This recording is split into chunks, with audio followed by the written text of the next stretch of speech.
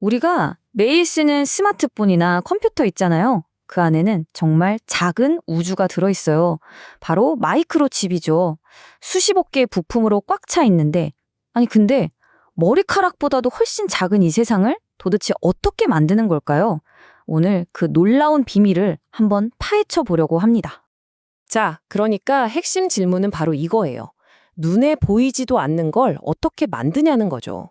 생각해보세요. 머리카락보다 수천 배는 더 작은 공간에 수십억 개 부품을 조립한다? 이건 뭐 당연히 우리가 아는 그런 도구로는 절대 불가능하죠. 무슨 거대한 로봇팔로 원자를 하나씩 집어서 옮길 수도 없는 노릇이잖아요. 바로 이 둥근 판, 이게 바로 실리콘 웨이퍼라는 건데요. 여기 자세히 보시면 작은 사각형들이 엄청 많죠? 이 하나하나가 바로 우리가 칩이라고 부르는 게 되는 거예요. 근데 진짜 놀라운 건요. 저 손톱보다도 작은 사각형 안에 트랜지스터가 수십억 개씩 빽빽하게 들어차 있다는 사실이에요. 이게 정말 상상이 되시나요? 자, 그래서 공학자들이 정말 기가 막힌 생각을 해냅니다. 원자를 억지로 끼워 맞추려고 하지 말자. 대신에 원자들이 알아서 제 길 찾아가게 만들자. 이렇게요. 그러니까 기계로 조립하는 게 아니라 자연의 원리를 이용해서 스스로 움직이게 유도하는 거죠. 와, 정말 발상의 전환이죠? 바로 이 똑똑하고 우아한 해결책. 이걸 바로 확산이라고 부릅니다. 그럼 지금부터 이 확산이라는 게 도대체 뭔지 그 원리를 한번 들여다보겠습니다. 자, 확산이 정확히 뭐냐고요? 되게 간단해요. 우리 사람이 많은 곳은 좀 답답하고 흩어지고 싶잖아요. 원자들도 똑같아요. 이렇게 뭉쳐있는 건 뭐든지 퍼져나가려는 성질이 있거든요. 확산이 바로 그겁니다. 누가 밀거나 땡기지 않아도 원자들이 그냥 열 에너지 때문에 활발하게 움직이다 보면 농도가 높은, 그러니까 빽빽한 곳에서 텅 빈 곳으로 자연스럽게 퍼져나가는 형상. 바로 이 원리를 칩 만들 때 써먹는 거예요. 이거 비유를 하나 들면 정말 쉬워요. 깨끗한 물에 잉크 한 방울 똑 떨어뜨리는 거 상상해 보세요. 우리가 굳이 젓지 않아도 잉크가 스르륵 물 전체로 퍼져나가잖아요. 네, 바로 그거예요. 원자들도 딱 저렇게 행동하는 겁니다. 정말 단순한데 엄청나게 강력한 원리인 거죠. 좋아요. 이제 확산이 뭔지는 알았어요. 그럼 이제 어떻게 써먹는지 봐야겠죠? 칩 만드는 회사들이 이 자연 현상을 그냥 넋놓고 보고만 있지는 않을 거 아니에요. 이걸 아주 정밀하게 제어하는데 주로 두 가지 레시피를 씁니다. 바로 이 두 가지가 핵심 기술이에요. 왼쪽은 상수원 확산, 오른쪽은 제한 소스 확산. 이름만 들어도 감이 좀 오시죠? 제일 큰 차이는 원자를 어떻게 공급하느냐, 바로 그겁니다. 상수원 방식은 말 그대로 마르지 않는 샘물처럼 원자를 무한정 부어주는 거고요. 제한 소스 방식은 딱 정해진 양만 살짝 올려놓는 거예요. 재밌는 건 실제로는 이 두 가지를 섞어서 쓰는 경우가 많다는 겁니다. 자, 첫 번째 레시피 상수원 확산부터 볼게요. 이건 비유하자면 마르지 않는 염료통에 스펀지를 푹 담가두는 거예요. 그럼 스펀지 표면은 계속해서 염료에 흠뻑 젖어 있겠죠? 시간이 아무리 지나도요. 바로 이게 핵심입니다. 표면의 농도가 언제나 100% 최고 상태로 유지되는 것. 그러니까 이 방식의 특징은 딱 정해져 있어요. 일단 표면 농도는 항상 꽉 차 있고요.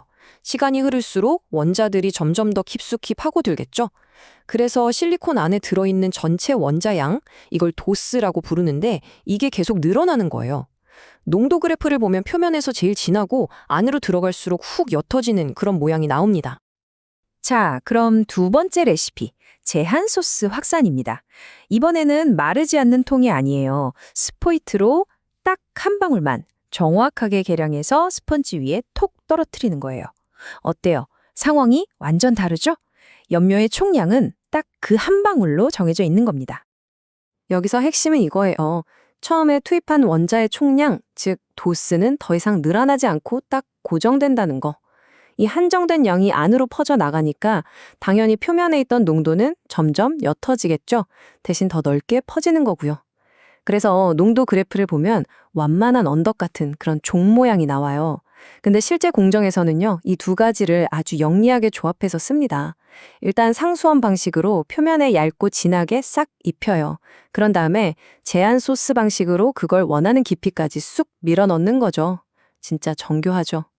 자, 지금까지는 좀 이론적인 이야기였죠?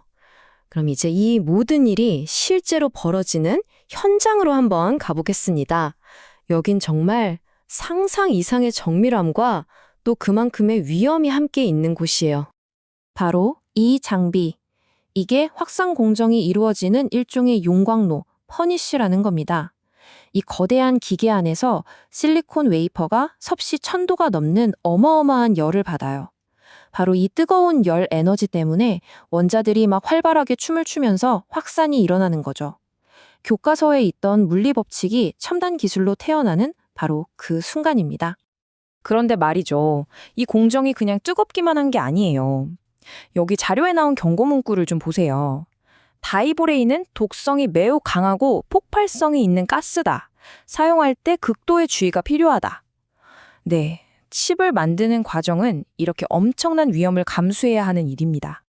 이 표를 보시면 그 위험성이 더 와닿으실 거예요. 여기 다이보레인, 포스핀, 아르신 이런 가스들이 칩에 특수한 전기적 성질을 넣기 위해서 쓰이는 거거든요. 근데 보세요. 전부 극독성이고요. 어떤 건 몇 분만 들이마셔도 치명적일 수 있다고 하죠. 정말 원자 하나하나를 다루는 작업이라는 게 이렇게 살얼음판을 걷는 것과 같은 일입니다. 아니, 이렇게까지 위험한데 도대체 왜 이런 일을 하는 걸까요? 이 모든 정밀한 작업의 최종 목표가 뭘까요? 자, 이제 그 결과물을 한번 보시죠. 바로 이겁니다. 이 확산 공정을 통해서요, 순수한 실리콘에다가 도펀트라는 불순물을 아주 살짝 섞어주는 거예요. 그러면 전기적 성질이 다른 두 가지 땅이 생겨요. 하나는 전자가 좀 모자란 P형 땅, 다른 하나는 전자가 남아도는 N형 땅. 이게 마치 하얀 도화지에다가 색깔이 다른 펜으로 전자회로의 밑그림을 그리는 것과 똑같은 거죠. 이 과정을 한번 쭉 따라가 볼까요? 자, 먼저 깨끗한 실리콘 웨이퍼가 있어요. 여기에다가 스텐실처럼 마스크를 딱 씌워서 우리가 원하는 부분만 열어둡니다. 그리고 그 위에 확산으로 불순물을 쫙 뿌려주는 거죠.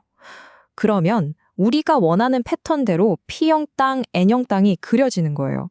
그리고 바로 이 땅들이 모여서 전기를 흘려보냈다, 막았다 하는 작은 스위치, 바로 트랜지스터가 되는 겁니다.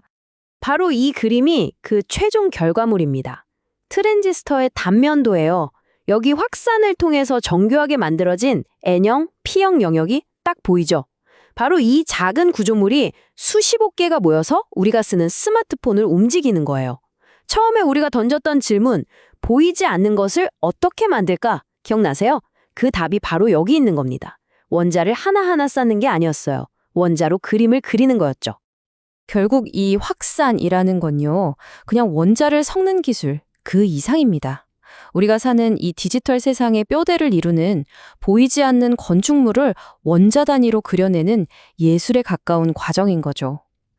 우리가 지금 보고, 만지고, 경험하는 모든 기술의 가장 깊은 곳에는요, 바로 이렇게 질서정연하게 제자리를 찾아간 원자들이 조용히 숨쉬고 있는 겁니다.